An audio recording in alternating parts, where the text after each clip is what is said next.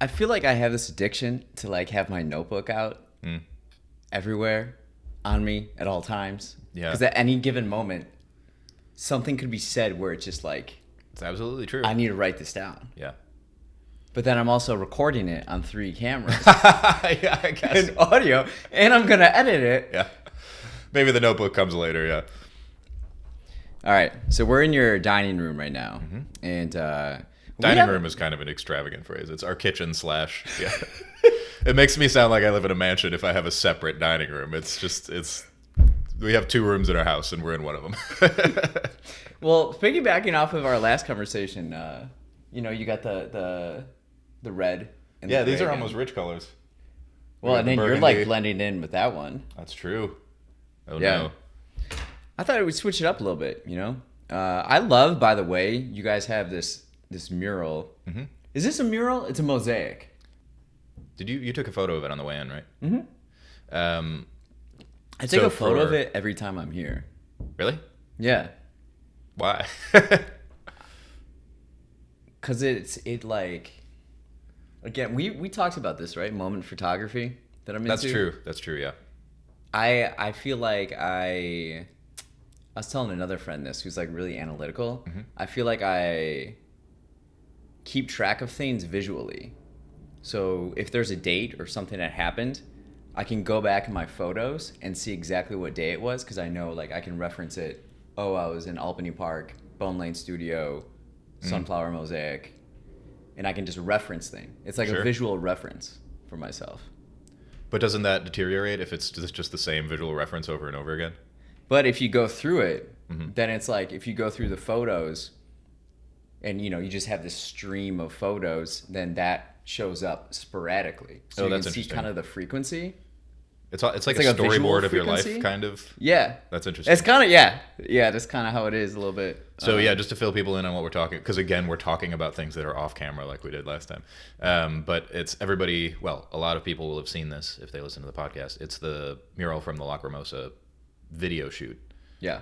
that, I mean, I think it's pretty clear what happened in that music video, but we laid out a grid of paint canvases, and then our buddy Ken Ferguson, Yeah, love Ken. who is, I think we know through you, or through the Okay. station, I guess. Yeah. Whatever, same shit. Painted a giant sunflower across, what am I looking at, 30 canvases. And so, yeah, that's the painting we kind of didn't, well, we didn't have plans for it after that, so now it's up in our house. But it fits like perfectly. Mm-hmm. It's like every time I come here and I go down those stairs, there's like it's like I know. It's like we're going down into the studio. Yeah. Anyway. Sam keeps talking about replacing it with something. Really? What'd you I don't know what, replace though. it with? That's the big question. I think it's Yeah. just been up for years now, so I think it's just a novel. He would just like something new. But it's fucking... feel We're like not going to Sa- find something that big, that's cool, cheap. Art is expensive Yeah. as fuck. Yeah. Good art. Yeah. Unless we want like a poster. Like this do stupid you fucking thing. like the remember the posters in college? They would have like people come on campuses and then just sell these like posters for $5, and you have like all your college posters, like the Beatles, the Pink Floyd, Yeah. like all the They were all like stoner posters. I feel like, and it was the same with every 20-year-old has tapestries, has those like thin, they almost look like curtain material, but they kind of look like Persian rugs. Do you know what I'm talking about? They're just I like think so, patterned pieces yeah. of cloth that people like hang above their bed or something. That's just a mattress so. on the floor because they're in college and yeah. don't have their shit together. So I was curious. So we're drinking coffee right now, Mm-hmm. and you do French press. Yeah, I'm not really a coffee. I'm not really a coffee snob. Like, I just want caffeinated bean water, basically. But we also, like, so for myself, I just do pour over. Okay. Do you know what that is? Yeah.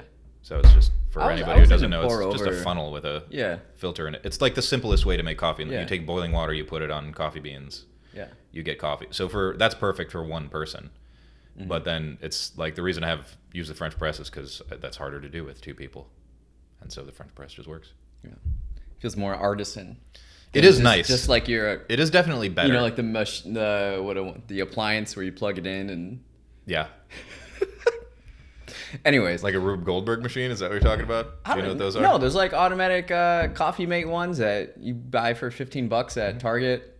I think we got one of those laying around, but Yeah, everybody's got one laying around. those feel gross. Yeah.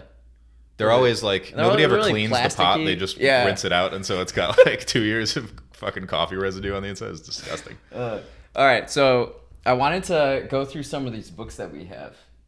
Yeah. Like, because every time, right before I leave, I kind of just like look. I feel like this is something I do with everybody though. Like if I go over to someone's place, I just love seeing how they express themselves, or like not just in furniture and colors and things like that, but also intellectually with the books, I suppose. Yeah, yeah. Yeah, you do get kind of a sample of somebody's personality. Or you were saying before the mic's heated up that, like, I was warning you, like, hey, if we start pulling books off that shelf, there's a really good chance we're going to hit a couple that I have not read at all. And you were like, yeah, but I think the books that you purchase are almost as telling as the ones that you read, as far as, like, what you're interested in, what your taste is. Well, did we talk about this last time? So we got new carpeting in our place. And then, so my new roommate, I moved all my books into that room so they could put carpeting in my room. And I realized I have way too many books. Like, just, Yeah. it like, half of my room is just nothing. And then the other half is just like vines taking over old houses. It's like books just taking over the floor. And so when I would go in the room without the books, I'm like, it feels so good. Yeah. Maybe I should get rid of some of these. And the summer before, I got 3 totes worth of books, and I just took them up to Wisconsin, put them in the barn. And then I went to Target right after this. After this revelation, I bought 3 new totes. I filled them up right away. Yep. But now I have the books. So I went through all of them and determined, am I going to read this in the next year? And if it's pretty obvious whether or not I'm going to do that. So I just put them away. Yeah. So then now I just have kind of what I would, read and available. But why don't we take a little gander at some of All right. these? Yeah, go for it. Start pulling shit. So right here we have Boss. Faye. That is Sammy's ex-girlfriend's book. Okay. See, what I love about books... I do love Tina Fey, though, and I have read that, so I'm not trying to shirk responsibility. It's just a funny pick. I think there's a story with the acquisition of each book. And that to me, well, physical books too. That's why I keep physical books, or I read physical books. Tell me about this one. All right. I used to see it like all the time on Target shelves. It's probably still there. Yeah. Every shelf. I mean, this is a pretty popular book. I don't know. I like Tina Fey. What can I say? It's a guilty pleasure of mine. 30 Rock was like a big, I'd call it like a depression comfort show. Like I was pretty seriously depressed for quite a while in my life, and that was like it's like comfort food almost. Yeah. I don't know if you do that, if you just like consume the same material over and over again sometimes. Like I must have seen 30 Rock 6 times all the way through. Because it takes no mental, you don't have to think at all. I feel like everybody has a show like that. A lot of people, like The Office is popular, Seinfeld, Brooklyn Nine-Nine. I'm trying to think. Sopranos is a big one for me. Mad Men is a similar thing. Don't those stimulate your mind a little bit more? I don't know. I never... Yeah, and I'm not... Yeah, but once you've seen them once... Like, I think that's part of the comfort of coming back to something is just, like, you know what you're going to get. It's, like, those are all high-quality shows, but it's kind of like fucking McDonald's in that way, where, like, if you go to one in Topeka or you go to one in Chicago, like, you're getting the same thing, and so it's just, like... Yeah. I don't know. I think people end up in... I mean, I know I'm guilty of this, of finding themselves in loops like that, where it's, like, they feel like they should branch out more. Yeah. But it's a risk to start a new show, like... I might just waste my whole night. And usually by the time you're turning on the TV, you're like tired. You don't want to fucking deal with anything. No, you know what happens to me? This is at least for the last year, something that I'm aware about is something I like doing too is eating while I'm watching. You know, it's the end of the night. I want to like wind down. It will literally take me an hour to pick something. So I spend an entire hour going through Netflix, YouTube, Disney Plus, Yeah. and I just don't feel like anything. And then I'm like, okay, time to go to bed. And I didn't even watch anything. Yeah, that's pretty good. Yeah, I watch a lot of the same comedy specials over and over again. Okay. Like I've seen all of Tom Segura's shit fucking at least 5 times. So that's kind of what happened there is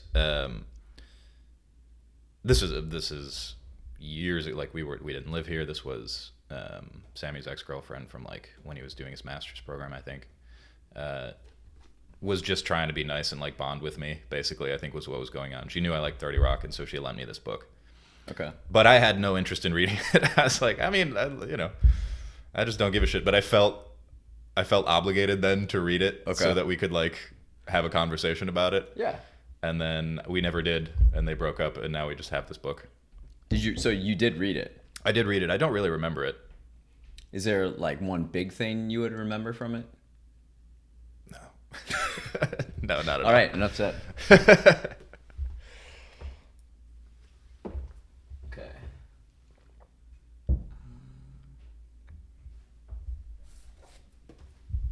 This one, Oh, good lord. A Brief History of Time. Yeah, so this is Stephen Hawking. The theme of my bookshelf, I would say. So first of all, I'm a typical dude. All of this shit is nonfiction. I think I've got like fucking 4 fiction books up there. And a big theme of my bookshelf is things that I don't understand. Like, I just have science books that are way fucking above my head. There's like a book on quantum mechanics up there. I have no idea. I'm never going to be able to make heads or tails of that. It's just, It's cool when people come over and they see it. They're like, "Oh, this is a smart guy." They're all for show.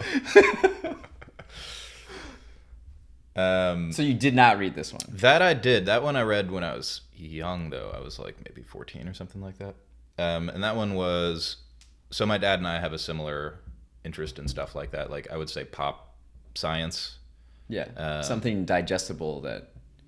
Yeah, and there's it's like kind of the Neil deGrasse Tyson thing where his job is to make people who don't understand science at all like feel like they vaguely get it. Yeah. Where they give you like an animation of a wormhole, and then like you're looking at a clock through a wormhole, and you're like, oh, I think I understand relativity. So there's a lot of that shit on my shelf. It's like there's some of that. There's Carl Sagan up there as well. Is it Pale Blue Dot? I think I have Pale Blue Dot. Yeah, I can't remember what's on that shelf and what's around. Actually, it's right by your left hip. It's Cosmos. Oh, okay, Cosmos. This I did read, and I don't remember it.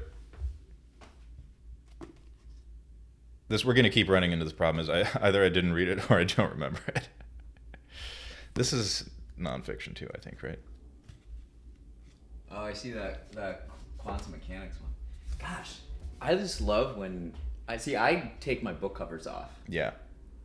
For hardcover, that's a gorgeously bound book. Oh, yeah. Man, look how sexy this is. It's really nice. Quantum mechanics. Yeah, but I get a kick out of the sort of poetry of science. Like the thing that's beautiful about Carl Sagan is that he's poetic about it. Like the whole pale blue dot metaphor. Or it's not a metaphor. It's just he's pointing out that all of every war that's ever been fought, every tragedy that's ever happened has all happened on this tiny little speck, which can be a little bit depressing, but he presents it in a way that's... Is that the Pale Blue Dot one, or is that Cosmos? That's, I think it's the introduction to Pale Blue Dot, but that's where the title comes from. I think about that all the time. He has this little, like, kind of tone poem about that, yeah. Yeah, like... we're so insignificant. Yeah. I think I disagree, though, because size is not a good proxy for how important something is. That's a great thing too. Like as far as we know, we're the only conscious things in the universe, right, true. On this planet. Yeah. And so, fuck everything else. It's all dust and stupid shit. Just because it's big doesn't mean it's more important. So we are significant. Very significant. That would be my take. Until we do find until out. we die, and we're so we're very fleetingly significant. But yeah, I wouldn't make the same argument that well, I think I gave this book to you guys. yeah, I don't think I ever read that. All right, let's talk about it. This is Remind me what the premise is. okay. So this is probably one of my top 5 favorite books.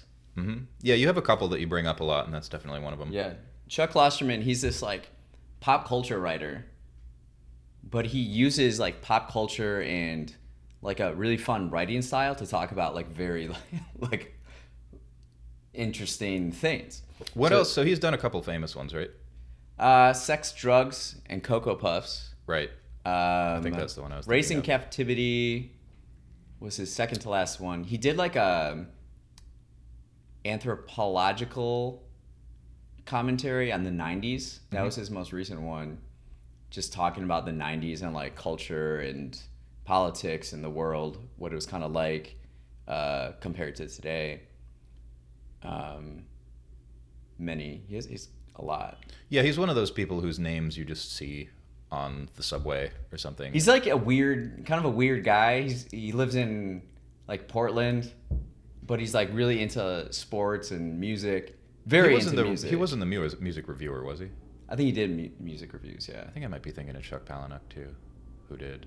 Okay. Fight Club is his famous one, but I think one of these motherfuckers is a music reviewer. This one is my absolute favorite of his. It's thinking about the present as if it were the past. Yeah. So he presents all these scenarios of like, say, rock music. When we look at how will it be thought of 500 years from now, where when we think of classical music, we think of like 3 names. The general public can only name like 3 people. Yeah, Bach, but during Beethoven, the time, Mozart, yeah, there's all Brahms these are the different 4. people. So throughout time, like singular things become more remembered. So it's like, will rock music be? He takes the Beatles off the table because it's too obvious of a choice. Okay. So then he goes, That's a weird way to start, is to take the right answer.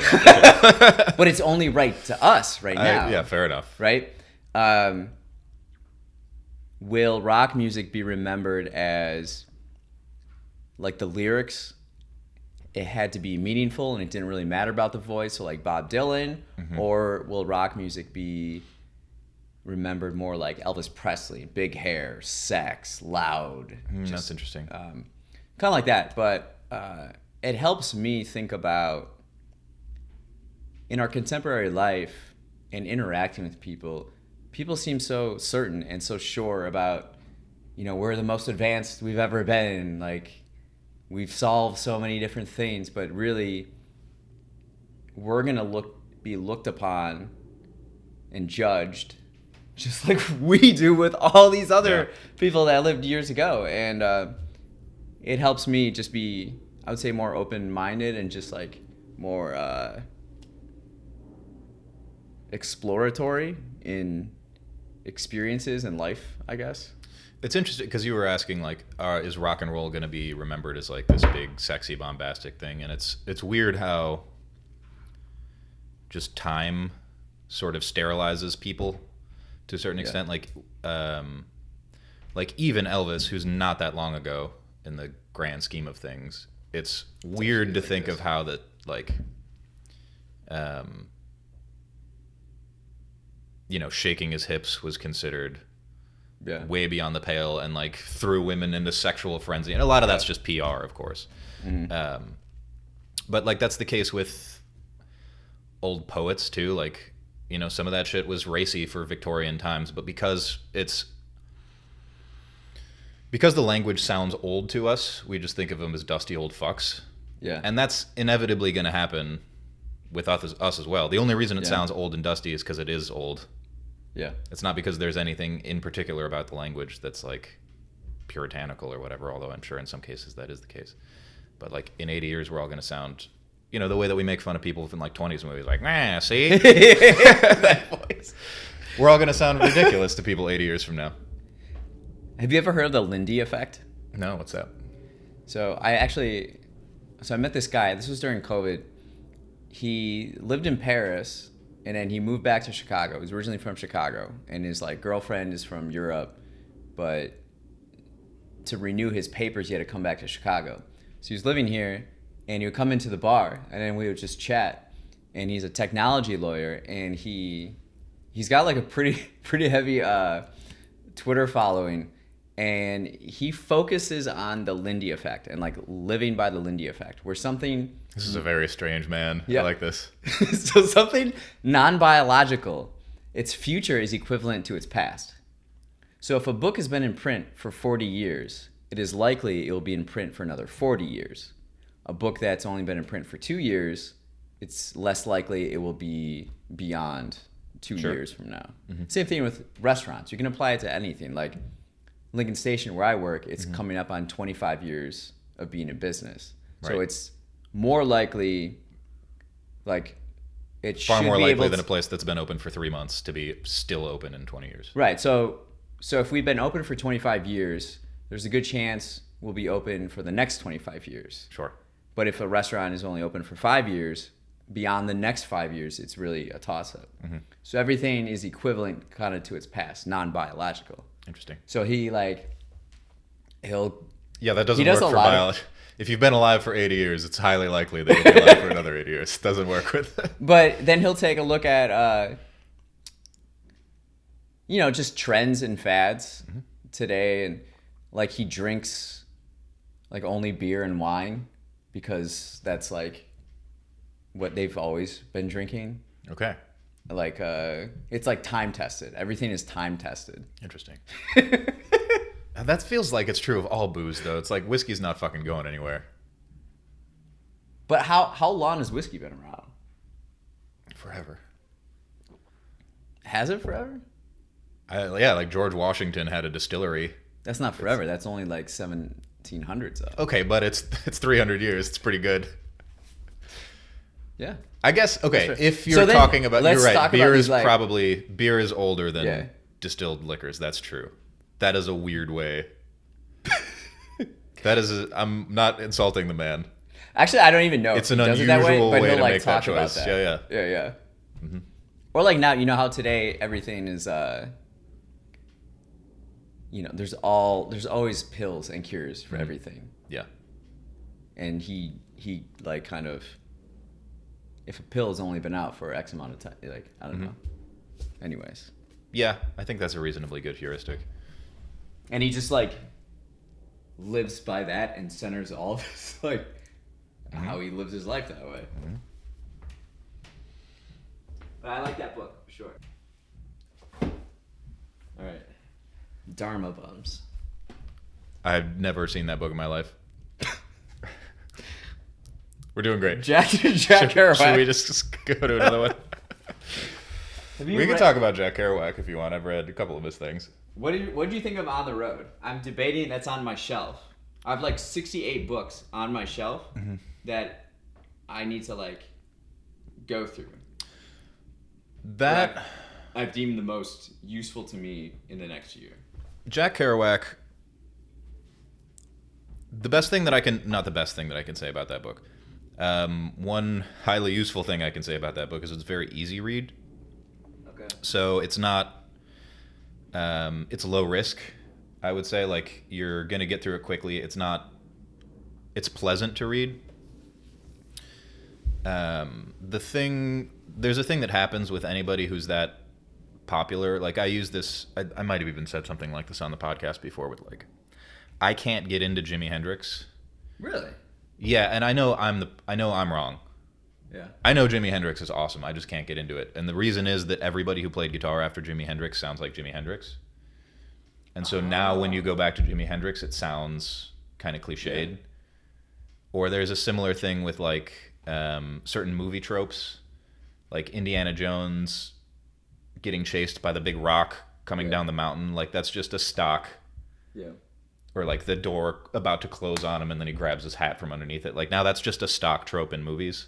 Yeah. And it makes those movies seem cheesy when in fact they're the movies that came up. Actually, that's not true. It was all based on like dime store novels, but I think that can happen. And that happened with Jack Kerouac, is that he was so influential that everybody copied his style, and it feels just like kind of silly and sophomoric now. To look back at it, it feels like, I don't know, just like kind of hippie bullshit. Yeah. I have more bad news. I've never read that either. I have no idea what that is. This is The Alchemist. One of my favorite books. Probably like a top 15 book of mine. Really? Yeah, Paulo Coelho. He's a Brazilian writer. Yeah, this is just a beautiful story. Nice. Does he? I thought he wrote in Spanish. It's about a boy who he lives in Morocco, and he goes to search for this treasure, or maybe Spain, and then he goes to Morocco, something like that, and he's looking for this treasure, but the treasure all along is inside of himself. Spoiler! Hell yeah, dude! Sounds amazing. That's a good way to tell you the story. That's like the entire point of the book, but also doesn't actually spoil anything. That was... Which one's that? What do we got over there? Who owns the future? Oh, that shit was wild. Let's talk about that. This is Who Owns the Future. Man, this is going to be really fucking hard to explain. So, Jaron Lanier, who's the guy who wrote that, is a really interesting character in and of himself. I think you could kind of best describe him as a technologist. Like, he's just a guy who thinks about shit now. Okay. But he's one of the people who pioneered virtual reality. So he's considered like the godfather of virtual reality. So way early, like big fucking headset the size of a TV you had to plug into the wall. And basically just like grid lines. But that's a trippy experience if you've never experienced something like that and you're in 1992 or something like that. So this is early 90s? I don't know when the book was written. We could easily find out. But that's kind of when he started toying around with virtual reality stuff. And now just writes... Just a very interesting dude. He's this enormous guy. And he's like... he just has very zen vibes. And so he's really positive about technology. So he's a techno-optimist. I would say more or less. Okay. Yeah, I don't think he's naive in his optimism. He's not like, everything's going to be great no matter what we do. This book is basically a criticism of the internet. Or it's... About half the book is a description of a problem. It's 2013. Which is something that he calls siren servers, which are basically he's describing enormous companies like Facebook, or I was going to say Instagram, but they're the same thing now. And what those companies do is basically they harvest valuable information from people without paying them and make a killing off of it, right? So Facebook isn't really generating content. What it's doing is it's basically trawling with a big fishnet for content. Yeah. And then piggybacking off of the fact that you create interesting things, right? Not you specifically, but you, the user, create interesting things. So it doesn't have to produce anything. All it does is slap an ad on it, and you're not compensated for that at all. Right. And so part of the book is, it's kind of like an interesting almost critique of technology or capitalism or whatever. It's just pointing out that things are being subsumed. Like, it's part of it has to do with accumulation. Almost, it's not a book about economics, but it reminds me of kind of wealth inequality arguments where it's like more and more money ends up in the hands of fewer and fewer people. And it's similar in that with technology, you can do a lot less with a smaller number of people. So like one analogy that he draws is he compares Polaroid and Instagram, which is a little bit of an odd, like they're not the same thing, but in a way they sort of function similarly, right? Polaroid was the big, whatever, image company in, say, for a long time, up until basically like the end of the 90s. And then Instagram and Polaroid was a massive company and employed thousands of people and was basically annihilated by Instagram, which at the time was run by like 35 motherfuckers. Yeah. And so it's like part of it is about how automation and just the scope of technology allows that to happen. Such that basically more and more people are being taken advantage of to the benefit of fewer and fewer people. And then, so I'm doing a pretty cursory job of, like, there's a lot more to his criticism. That's just kind of one aspect that I remember in particular. But then the second half of the book is suggesting basically an alternative structure for the internet. It's basically like, scrap this whole thing, we got to start over. Okay. What's the alternative? So the alternative is a riff on a project that's called Xanadu, which I forget the dude's name. Give me a second if I can find it. Yeah, there's a guy named Ted Nelson who was one of the really influential in the early technology, early internet. And when I say early, I mean like the 70s. Like, just one of the first people who was thinking about how all this shit should work. And there's a lot of things, especially because pretty much everybody, under 45 has grown up pretty substantially with the internet at this point, that you just take the way that it's designed for granted. But just because it is a certain way doesn't mean that it necessarily was always going to be a certain way or should always be a certain way. So one thing that probably people don't think about a lot is, why does there ever have to be a copy of the same information? Like, for instance, I might have, I'm just going to use an arbitrary song here. So, Don't Want to Miss a Thing by Aerosmith, right? Great song. Just because people know that song. You know what? It is a good song. That's a good drunk song. When you go to the bar and you're too hammered and they put that on, you're like, I don't want to close my eyes. Anyway, let's say you watch Armageddon on Netflix, and that song exists on Spotify, right? So there's a file somewhere on Spotify's server that is that song. And then in the movie, right, there's another copy of that file in the movie file itself. Does that kind of make sense? Yeah. So one thing he points out is, because of the internet, because you always have access to a server, it's kind of, that's sort of redundant. Like, there's no reason that you ever need to have two copies of a file, ever. What could have happened is, I, as an artist, could put a song out. You put that file on the internet, right? And then if somebody wants to make a movie with that file, they just kind of link to it. Sorry, a lot of this has to do with like weird data structures, and it's hard not to get into the weeds on it. But the point he's making is that if you were to kind of restructure the internet, it would restructure the economy of the internet, such that, like, if you're making a film and you want to use a piece of music, you wouldn't necessarily even have to reach out to that person and ask, like, hey, can I use this? Because that piece of film would be pointing at your original piece that you uploaded, it would be traceable that they had used that. And if that movie makes any money, it could automatically funnel some of those proceeds to you. Does that kind of make sense? Yeah. So, to come back to Facebook, if 1 million people, I'm just going to pick random kind of round numbers. If 1 million people put one photo on Instagram and Instagram makes $1 billion, arguably all of those people are owed $1,000, or maybe a little less than that because Instagram takes a cut or something like that. And all of this, if we were better about tracking the origins of where things came from, if things were structured, in his view, more sensically to begin with, all of this could happen automatically.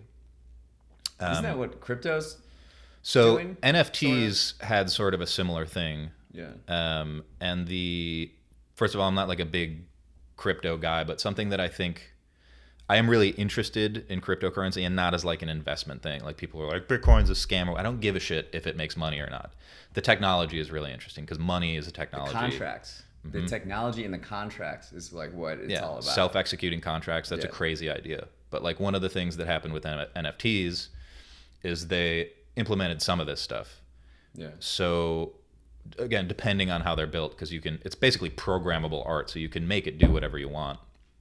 But one of the ways that a lot of those worked was that an artist's, I make an NFT and I sell it to you for $2,000, and you go out 3 years later and the price has appreciated and now it's worth $2 million. You sell it again, but automatically, because the blockchain remembers where it's been and where it came from. Yeah, that's the name. It can automatically pay me. Yeah. Which is not the case with physical art, right? If I draw a photo, if I'm Picasso and I draw something on a napkin, and 30 years later it's worth $3 million. This happened with his Dove of Peace drawing, by the way. He just like drew it for a kid in a museum, and now it's worth like some absurd amount of money. Wow. He can't reap the benefits of that, right? So he's been alienated from his own production, sort of. But yeah, so the book, it's a little bit, he doesn't get into like exactly the details of how this would work. But there's just kind of interesting ideas in it like that, where like if we restructured this entire thing, we could make it so that your value wasn't constantly being stolen by people who are alienating, really is the word for it, which comes out of Marxism, but cutting you off from your own value, kind of, pulling the wool over your eyes and saying, well... I went out with a data lawyer recently, and she was saying very similar things.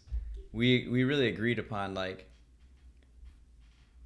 data is such a huge issue. Companies can make so much profit off of data, like, so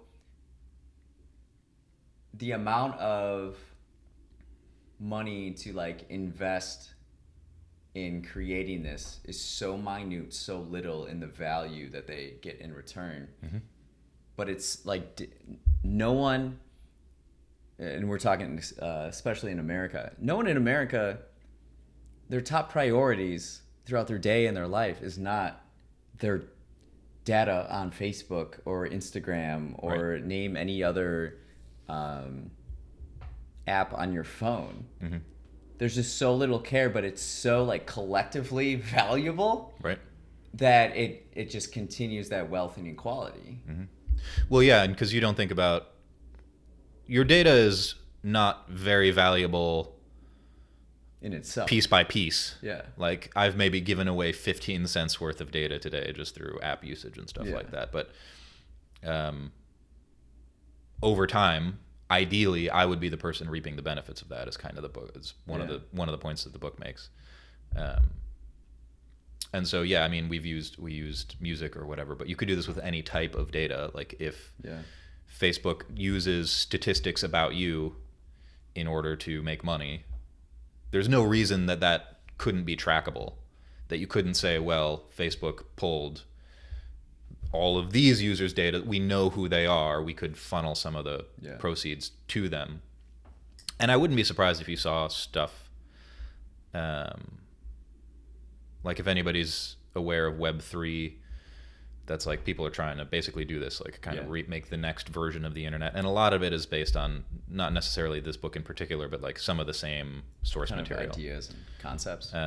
Yeah, and so the guy that the second half of the book is about solutions, but it's also largely an homage to this dude named Ted Nelson, who had this project that he never really got off the ground called Xanadu, which was basically a competitor to the internet starting out. And the internet just got off the ground faster because they found better ways to invest and stuff.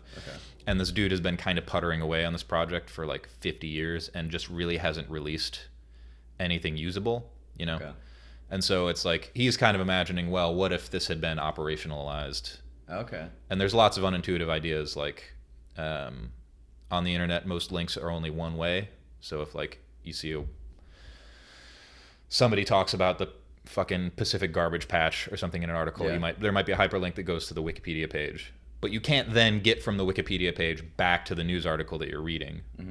Why? Like, there's no reason that hyperlinks couldn't be multi-directional, and you shouldn't be able to see on Wikipedia, like, okay, what articles are linking to this, and work your way backwards. Or why we're used to scrolling pages, right? Which basically, it works kind of the way that a book does. Like, it's a page, has boundaries. Why? That's weird. Why would... It makes sense that a page has boundaries because it's a physical object, but like, why do we accept the fact that we can only have text in this tiny column? Why can't web pages go in every direction infinitely? why do we have them laid out? And it's a scroll, essentially, is what it is. Yeah. It's this thousands of years old way of reading things. And there's nothing wrong with it, but there's also nothing saying that that's the way all data has to be published on the internet, is basically like it's a physical book, which is weird. So these are just a couple of things I remember. Yeah. Obviously, there's a whole book full of shit. But that's the title, Who Owns the Future, is saying, like, it's kind of power to the people-y, right? We should all own our own information and be compensated Yeah. for such. So yeah, that book blew my mind, and I recommend it to everybody, and I can't get anybody to read it, so read it. Take it with you if you want. I have another book like that. E.M. Forrester wrote a book called The Machine Stops. Have I forced you to listen to me talk about that before? I don't think so. So that one, I think it was written in 1902, and it sort of predicts the internet. Wait, so what is it? What is it called? It's called The Machine Stops, Okay. and I'm obsessed with it. But it's a little like, it reminds me of like Jules Verne, who kind of predicted what submarines would be like before submarines ever existed. And it's essentially, he imagines a world in which everybody's basically living in kind of underground pods and taking it, everything is provided for them by the machine, which is just this giant human superstructure that they're surrounded by. Okay. And it provides them with food and stuff. But most importantly, it provides them with entertainment. So people have, I forget what he calls them, dishes or saucers or something like that. But it's basically a tablet, and they can watch lectures and things like that. And you're just like, okay, so in 1902, this dude predicted the internet. Yeah. And especially living through COVID, that's how it felt, is you felt like you're living in like a little isolated pod underground. Did you read this in COVID, or? No, I read it years before, but Okay. when COVID came around, I mean, it's remarkable enough Yeah. without COVID. It's just a wild story. And it's not like the greatest piece of literature ever. A lot of science fiction is good not because the storyline is compelling, but just because the ideas are cool. Yeah. This is the case with like The Time Machine by H.G. Wells. Yeah. It's not a great story. It's just got some cool ideas, like, oh, what if you went in the future and I love the- humanity had diverged into two different races. PBS had this show called Wishbone back in the day, where it's this dog, and they're like living their lives, and then he plays characters throughout like classic literature in this like alternate. Yeah, I remember him wearing the Sherlock hat. Yeah. So it's this dog, and he's interacting with all these people, and he has like lovers and whatever. And no one can tell that he's the dog. So it's his dog that they dress up, and he's like acting. That's awesome. But I remember the Time Machine one was always a fun episode. Hell yeah. I remember the commercials for that. I don't think I ever watched the show, but I remember the dog was adorable. Wishbone. Hell yeah. All right. All right. Herodotus. Yeah. I keep kind of hearing his name, or he gets brought up on. I listen to like history podcasts. Mm-hmm. So is he considered like the first historian or something? More or less. So obviously, he's not the first person to ever write history, because if you look like at ancient Egypt, you'll go see. Yeah. Sorry, this is not going to stand up on its own. We can't read it from there anyway, but it's Herodotus' histories. So you'll go see on fucking walls in Egypt, they'll be like, and then Tutankhamun killed everybody from X country that doesn't exist anymore because Tutankhamun killed all of them. Tutankhamun actually was a pretty insignificant pharaoh. Yeah, that's right. He's like 12 when he died, right? 19. All right, we'll go with Ramses the Third then, because he's way more important. Ramses. But like a lot of that stuff is basically bragging. Yeah, it's like PR. And so Herodotus is kind of considered the first, like the godfather of history as we think about history, which is like trying to chronicle things from sort of a detached perspective. Yeah. But it's also the case that it's not modern at all. It's very something that's kind of interesting about early, like when I say early history, I mean like this shit, or even like Homer, is it's clear that ancient people were less concerned about whether something was like objectively true.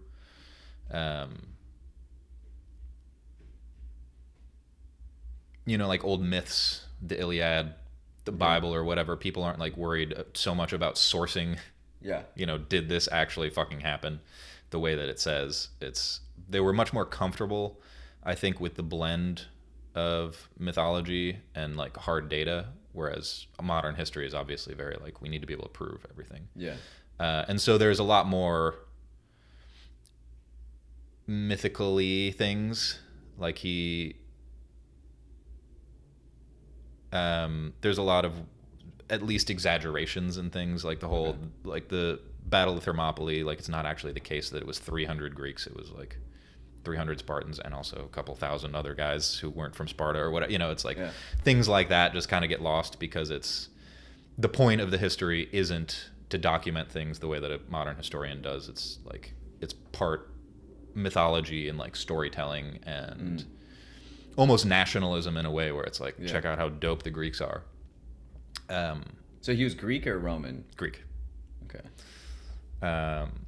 But yeah, and this, I mean, it's pretty long. Like, so most of the things that could be labeled history that happened before him are these snippets. Just stories, like history stories? Mm-hmm. Yep. And so this and let's see, these book 1, book 2, book 3, book 4. These are not very helpful.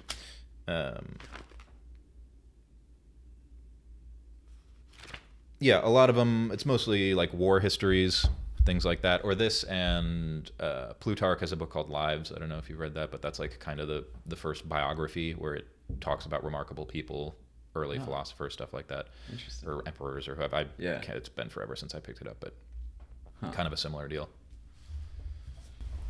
The last one of the books I got in New York last time was The Philosophy of History, and it was like this. Got it at this like obscure bookstore in Brooklyn. Mm-hmm. It was like this big, cool cover, written in like the 50s or something. Yeah. Cool. Well, another thing, I think it's hard to wrap your head around how drastic a change the rediscovery of a lot of that classical stuff during the Renaissance was, because there was this thrust in the ancient world. So like Herodotus was doing relatively systematic history stuff, and people were thinking very systematically in philosophy. And then a lot of that shit, not all of it, but a lot of that shit just got lost in the Dark Ages. And so when people, basically what happened is people rediscovered Herodotus around the time of the Renaissance, and it kind of reminded them, oh, we should maybe be thinking about history like slightly more objectively than we have been. Because that in the Renaissance, then that's when like science exploration is happening as far as the scientific process, and so like, what if we apply that to history, right? I'm sure, maybe. Okay, let's do a couple more. I don't think. Have you read this one? Consciousness Explained. No, I tried. It's too heavy. Okay.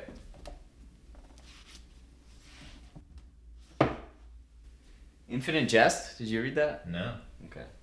That seems like a life work. It's just intimidating. Yeah. It is. I'm curious about this one. That John Berker used to live there kind of gave it to us as a joke. Cultivating Taoist. male sexual energy. Yeah. Taoist through, I think, chakras and shit. Of love. That's kind of what the art looks like. Cultivating male. The art also looks like a uterus. I'm sure that was kind of does. Oh. This is Welcome to the Monkey House. Kurt Vonnegut. I read Sirens of Titan, I think. Mm-hmm. I don't know if I like his writing style. Is that a novel? Yeah. What's the fucking... Slaughterhouse-Five is his big one, I think. I like... So, the one that we're looking at right now, Welcome to the Monkey House, is a collection of short stories. And I think he's better in short story form than he is in novel form. Like, I think Cat's Cradle is a collection of short stories, too. But Slaughterhouse-Five is a novel. What was the one you just mentioned? Sirens of Titan. I haven't read that. I remember Slaughterhouse-Five being just fucking very weird, which isn't a bad thing necessarily. Yeah. But Vonnegut is... So we were just talking about this with that E.M. Forster shit, that a lot of science fiction is just like it's all premise. You know what I mean? Oh, imagine a civilization in space where the Amish run everything. Cool idea. But then they kind of don't flesh out the story in a satisfying way. Yeah. Um, Vonnegut, I think, is good at both. He's really good at concept, and he's very good at making it sort of touching and human. Mm. So, for instance, there's a story in here, I think it's called Epicac, which is the name of basically a computer that writes poetry.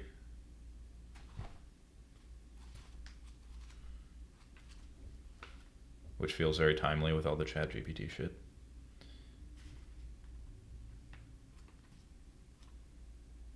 And it's short. I'm looking at it. It's like 8 pages, something like that. But it's touching. You like fall in love with this fucking computer by the end of the thing, which is crazy.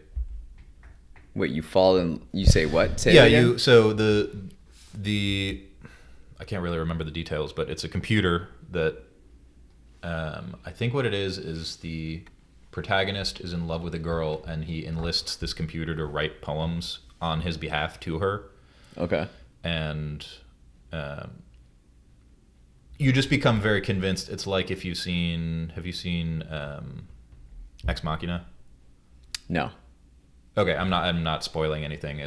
That movie is about basically a female robot that the male character falls in love with, and you do too, as the audience. Okay.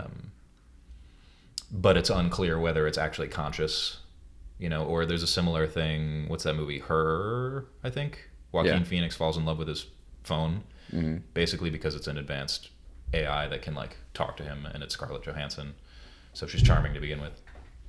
But it's kind of a similar thing where like you develop a bit of an emotional relationship with this robot essentially in 8 pages. And so that's what I mean is that it's really well done. Whereas like the H.G. Wells stuff, he's just like, oh, this cool world we built, and then we'll explore a little. But at the end of the day, there's not really like a human story in it. Mm-hmm. It's just kind of like a weird thought experiment. Vonnegut's pretty good at connecting you to his characters emotionally and like making sure that there is a narrative thread there. Does that make sense? Yeah. So of all these like classic literature writers, you have Hemingway up there, you have Kerouac, you have F. Scott Fitzgerald, you got Vonnegut. Mm-hmm. Who's like your favorite writer of, say, the 20th century? Oh, fuck, that's a good question. I'll toss out a couple names, but just because we touched on this and a couple other things, I think like a big thread in my reading is that I'm a sucker for like dystopian shit. Okay. Like 1984. One of my favorite books ever is Clockwork Orange. I couldn't get into the writing style of that one. Really? Yeah. How far did you get? 10 pages. Okay, cool. I was gonna say it because it fucks with you for the first couple pages. The first 2 pages are nonsense intentionally. So it weeds out the people who are. It's definitely playing some kind of cruel mental trick on you, but it's really what it's introducing you to the world. It's throwing you in the deep end of the world, and then it mellows out a little bit. So the way that Clockwork Orange opens is Clockwork Orange is a dystopian novel. It's set in England, but it was written in mid-century, maybe 50s, 60s, something like that. Mm-hmm. And so it imagined a world in which the Soviet Union became much more influential. And I can't remember if it actually like took over England or was just in vogue, like very fashionable in England. So one of the kind of interesting devices in that story is that all of the characters speak in like an English/Russian patois, where they use a bunch of borrowed words from Russian, and they just beat you over the head with it for the first couple pages because it is. I mean, it's a cool idea, but they just totally throw you in the deep end. And so everything that the guy says in the first page, it's written from the perspective, like there's a narrator who is this like horrible, violent rapist person. Mm-hmm. And he describes like his crimes essentially in great detail, but all in this like weird made up slang. And so the first couple Yeah. pages are just like complete nonsense, and then it chills out Okay. a little bit, and it lets you. Starts to repeat words in a way that you start to memorize. Okay. So just as an example, it'll say like, I punched him in his rot until it was bloody, and rot is just Russian for mouth. Okay. And it'll use that word in a couple different instances so that you can pick up on it via context. And so it's shock treatment at the beginning. But it's really effective. It's very cool and like a really bizarre world that he builds. George Orwell. What's Yeah, your so I favorite think Orwell? Orwell might be the answer to that question. I had a big Orwell kick, and he has really interesting. He was a journalist for a long time, and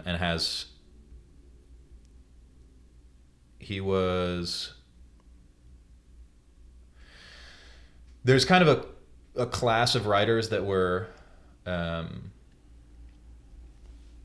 came up just post-war, with just kind of the carnage of World War II and trying to like find their footing. It's sort of similar to like the Lost Generation after World War I. It's just like, what the fuck is going on, basically. Yeah. And there's kind of an analogous group after World War II that Orwell was a part of. And it was, a lot of them were very committed socialists, and then you watch them realize what a horror show the Soviet Union was in the 70s, as like more information started to come out and people started to hear about gulags and stuff, and you see people grapple with this. So that's what a lot of 1984 is about. Like, he was, I think was always a socialist. It's not like he ever gave up on that. But it is interesting to watch as the century progresses, people start to be like, that experiment that we were all pretty excited about. Like, it was very cool to be a communist in the 40s in America. Like, everybody who was cool was a communist. And then that became like a weird kind of unpalatable position by the 80s, and like by the time Reagan rolls around, like, you fucking cannot be a communist in the United States or you're considered a traitor immediately. And probably both of those, are leaning way too far out on one end or the other. But that's what's so interesting about both 1984 and Animal Farm, which of course are his two most famous novels. Is it's like him just grappling with that, how much of the tragedy that happened in the Soviet Union was due to Stalin, how much could have been prevented, how much was just an outgrowth of whatever, the war and general miserable condition of humanity. But he also has really interesting, he was a journalist for a long time, so he's got really interesting travel writing from Burma, and just has... This is like, Orwell? Mm-hmm. Okay. And has a very interesting biography, and is like... I don't want to say underrated, because obviously 1984 is one of the most famous books of all time, but I think a lot of his stuff kind of flies under the radar, and he's just a really fascinating person. All right. We're going to do one more. Cool. Right.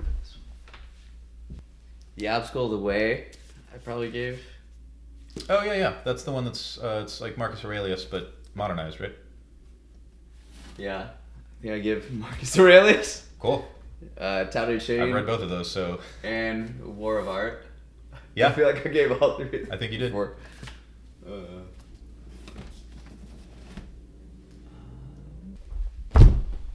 Any of those? No pressure. So are these ones you're reading? Those are... Let me see. This one is in Spanish, and I was translating it as a project for myself, but it's kind of an interesting story. I did that with The Alchemist. I bought it in also Spanish, so that I could just like... Yeah. Take me an hour to get through one page. Yeah. I think I got like a third of the way through this. It was pretty good. This one's interesting. So I have a... Do you know anything about... You got a history of Chile right here, too. Yeah, I think we've talked... I have a weird obsession with Chile and Pinochet. So do you know anything about that period? Elaborate more. I know of it, for sure. Yeah, so basically in the 70s, there was Chile had a socialist government that was then overthrown by the general of the military, Pinochet, with help from the CIA. So it's this really bizarre... I guess bizarre is a good word. It's just this really strange moment in South American history where they basically had a military dictatorship take over, and it was kind of the counterpart to like you see mostly communist revolutions happening in places like Nicaragua or Cuba or whatever, and it was like this was just the other side of the coin. Yeah. Where it's like you get to see some countries go like way hard left and some go way hard right, and Pinochet was kind of the like classic example of just like this is a military dictatorship now. And this book, La Aventura de Miguel Litin Clandestino in Chile, so it's called it's usually just called Clandestine in Chile in English, but it's Okay. you know Gabriel Garcia Marquez. I don't think so. So he wrote 100 Years of Solitude and Life in the Time of Cholera. Like he's probably the most Is it Chilean revered. writer? No, he's not Chilean. He's fuck, I don't remember. Wrote in Spanish. Might be Spanish.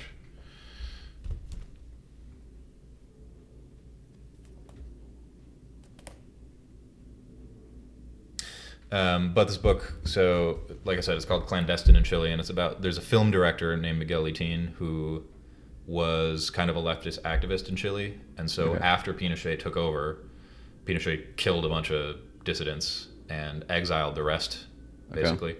And so this film director was one of them.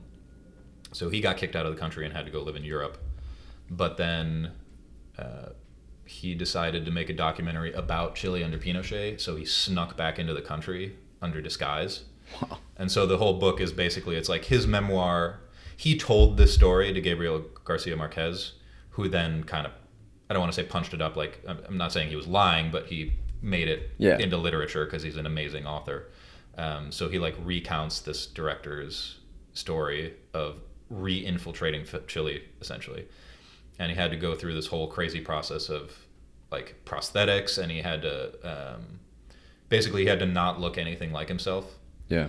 and he had to pretend to be somebody completely different. So he was like kind of a relatively blue collar dude who was just like kind of man on the street journalist, documentarian.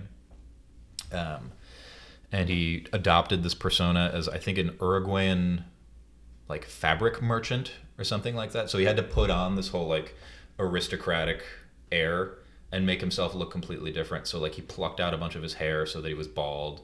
He like got rid of his beard. He started wearing glasses, but he also had to develop an Uruguayan accent. So there's months and months of preparation just to even set foot in the country. Wow. Because the stakes are so high. Yeah. Because he's like fairly well known to begin with, and could be killed if he's found out. So a lot of it's just like interesting logistical things about like how did they arrange for multiple film crews to show up in this country. See, this seems like your part. Like, how did they all how they figure that fucking do out that shit, yeah. logistically? But so like they got all these permits to, they basically lied about what they were there for. They just said, hey, we're filming they had 3 film teams and they all had a different backstory or like cover story. Mm-hmm. And in fact, the film crews didn't even know why they were there. They had to lie to everybody except basically 3 people. But they got permission to shoot like inside La Moneda, which is basically the White House of Chile. And they basically sent these 3 teams all over the country just to document from the inside, because it was a pretty repressive regime, and so there wasn't much freedom of the press. And so basically they were trying to just get images from Pinochet's Chile out to the world to show people what it was like. Wow. So fucking, yeah, just a completely wild ass story. Dang. Mm-hmm. That's wild. Well, this has been it's been fun. Checking on some of This your was books. cool. I feel like we end up talking about books a lot, or like some Yeah. of our relationship revolves around books. Like last time we like went to go see a show, but we met up at a bookstore ahead of time and just like wandered around the aisles talking about shit. Yeah. And like you said, I think we've got 5 or 6 books that you gave us. Yeah. Some of which I have read. Yeah. Yeah, it's always good. I always enjoy it. There's I remember that one time, it was back in February 2020. This is like a week before New York had their first like COVID case. And you did a show at Berlin, and then we all went out afterwards in like Lower East Side Manhattan. And so we're at this place, and that day I was at the Guggenheim Museum, and it was exploring the idea of like country, like urban and rural and the future, and like there's this animatronic Stalin that would go around. And it was hilarious, but also like really freaky. Yeah. And we were talking about it, and like that whole night, we were just like sitting at the bar, like by ourselves, just talking like we're out right now. Yeah. That's Fuck fun. yeah, dude. Animatronic Stalin. That's amazing. I need to get one of those. Yeah. Yep. All right, buddy.